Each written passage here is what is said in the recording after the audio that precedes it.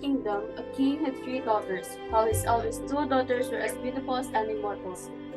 The youngest seemed to radiate with immortal light, a goddess in the moon. Her name was Psyche, and many statues as beautiful as Aphrodite herself. And so began Psyche's trouble. Eros, Eros, in the cloud-built halls of Olympus, the goddess of love was facing the flood. She called for her young son Eros, whose magical bow and arrows could create love between the heart.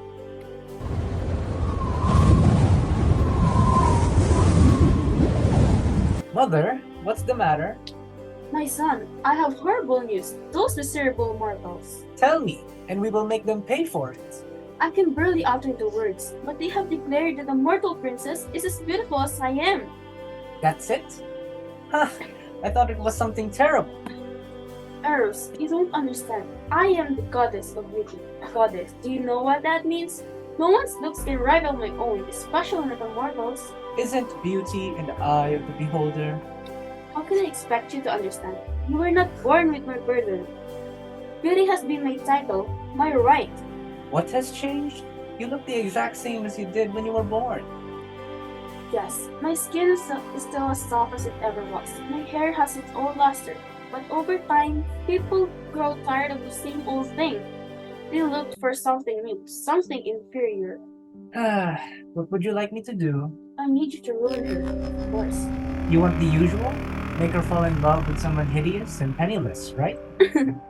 That would be perfect. Somebody completely disgusting, like a shepherd or something. Is this the type of thing in my job description somewhere? I thought I was supposed to use my hairs to bring love, not pain. Huh. Love is pain. You're bound to figure that out soon enough. Now fly down to earth, Psyche is her name. Will make her regret ever crossing the goddess of love. And he's off. Eros, the god of gloom and doom. Eros is through the night sky, wondering when he will find love, real love. In an earthbound palace, the princess Psyche sat in her chambers. She had spent a whole day entertaining suitors for far-off lands. They all wanted her hand in marriage, but her father turned them all away. Psyche's two older sisters sat nearby, weeping. So, Psyche, another day of marriage proposals? You must be exhausted. We're so jealous. We wish we weren't such dog faces so fools could flock to us. No one wants trolls like us after seeing you. Our only consolation is that when the gods take you to Olympus and make you a goddess, we'll be able to visit. What excitement! Our little sister, the new goddess of beauty. You two are just jealous. At least we will be able to marry for love. Once in bed, away from the presence of her sisters, Psyche allowed her tears to fall. My beauty is a curse! Eros found the subject. He floated above her, invisible in the mass. A foreign feeling came into the god's stomach. All he wanted was to make her supremely happy, and then he remembered. I am a god. She is a mortal. We could never be together. To his surprise, Eros felt his own heart breaking. Mother will be furious, but I don't care. Today, I have learned how love truly feels. The following day, Psyche's kingly father received a message from the oracle of Delphi. Oh, and grief. Send for my daughters at once. What I have done? The gods are jealous, my sweet. On the mountain, a beast will come to you, a wind serpent, and you shall be his bride. I must go to be the bride of the beast. When the next dawn broke, a solemn procession led the princess up the mountain. Is my husband a winged serpent? I've heard him called many things, but not that. I'm to take you to his house, and then he'll be along shortly. You'll find the spirits of the house ready to accommodate your every need. You do know what a spirit is, don't you? They were upon the golden courtyard, and the west wind swooped down and set Psyche neatly upon the front step. All ashore. Now, if you'll excuse me, it's hurricane season. Before she could thank the little man, he dissolved into a breeze and blew away. The palace doors before her opened, and behind them there stretched a long hall. Welcome, my mistress. Psyche saw no one within the hall. We are here, though you cannot see us. We are the spirit of the house. We serve your husband. Nice to meet you. The master has commanded us to give you whatever you want. I see. Tell me, what kind of being is he? He is the kindness of master. As we are invisible to you, he is invisible to us. His goodness is all that we see. The master will arrive tonight in darkness. The room was dark, and she felt that something or someone was very near. Who is there? Your husband. Do not be afraid. Show yourself. I don't understand. You tell me not to be afraid, but you are the one who hides. I cannot. I shall keep you here, and we shall spend each night as husband and wife. But when the day comes, I must be gone from your sight.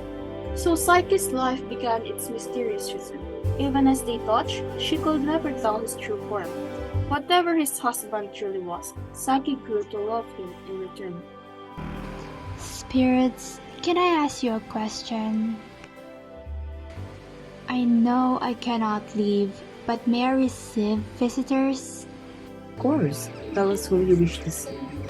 My family. I miss them so much. Sabir will deliver them tomorrow.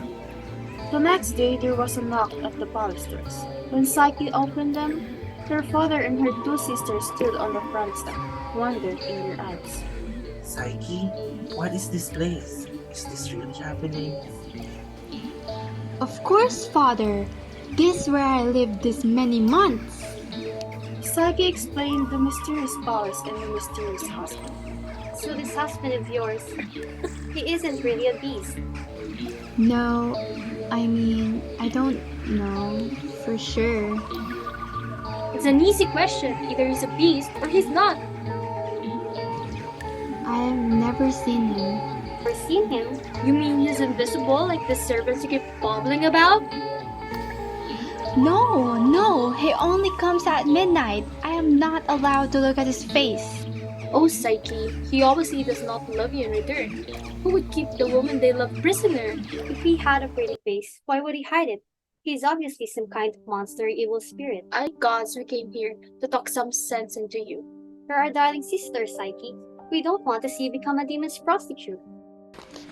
But I don't know for sure that... That's true. You don't know for sure. Listen, Psyche. Tonight, while he visits you, you must light the lamp and look upon him. If he is a man, you have nothing to worry about. Her sister pulled a gleaming knife from the folds of her cloak. You must end his life before he ends yours. But I... Listen to your sister, Psyche. Don't you want to come back and live with us? We miss you, dear sister. Psyche nodded and the knife was passed into her hand. Psyche, my love. When she finally felt that he had succumbed to sleep, she stood and took the lamp in her trembling hands. What she saw there caused her to gasp. Gracefully asleep in the bed was the most glorious boy she had ever seen. I thought you were a beast. What are you doing? Is this all I mean to you? I told you to never look. No, it's not like that. Silence! You have broken our agreement. The spell is undone, this palace will fade away, and you will be alone once again. But I suppose that is what you wanted. No. Foolish girl, love cannot live where there is no trust. You have ruined the one thing in life that has brought me true happiness. Go back to your people. I can't stand the sight of you no longer. He turned away. There is nothing you can do now. Go back to your mortal world and forget that you once loved Eros, the immortal son of Aphrodite. With his final words, the lamp was snuffed. The world was blotted out. Hours later, at dawn on the barren mountaintop, no golden walls reflected its radiance. The palace was gone, and where it had been, a broken girl was hunched upon a rock, her face hot with tears.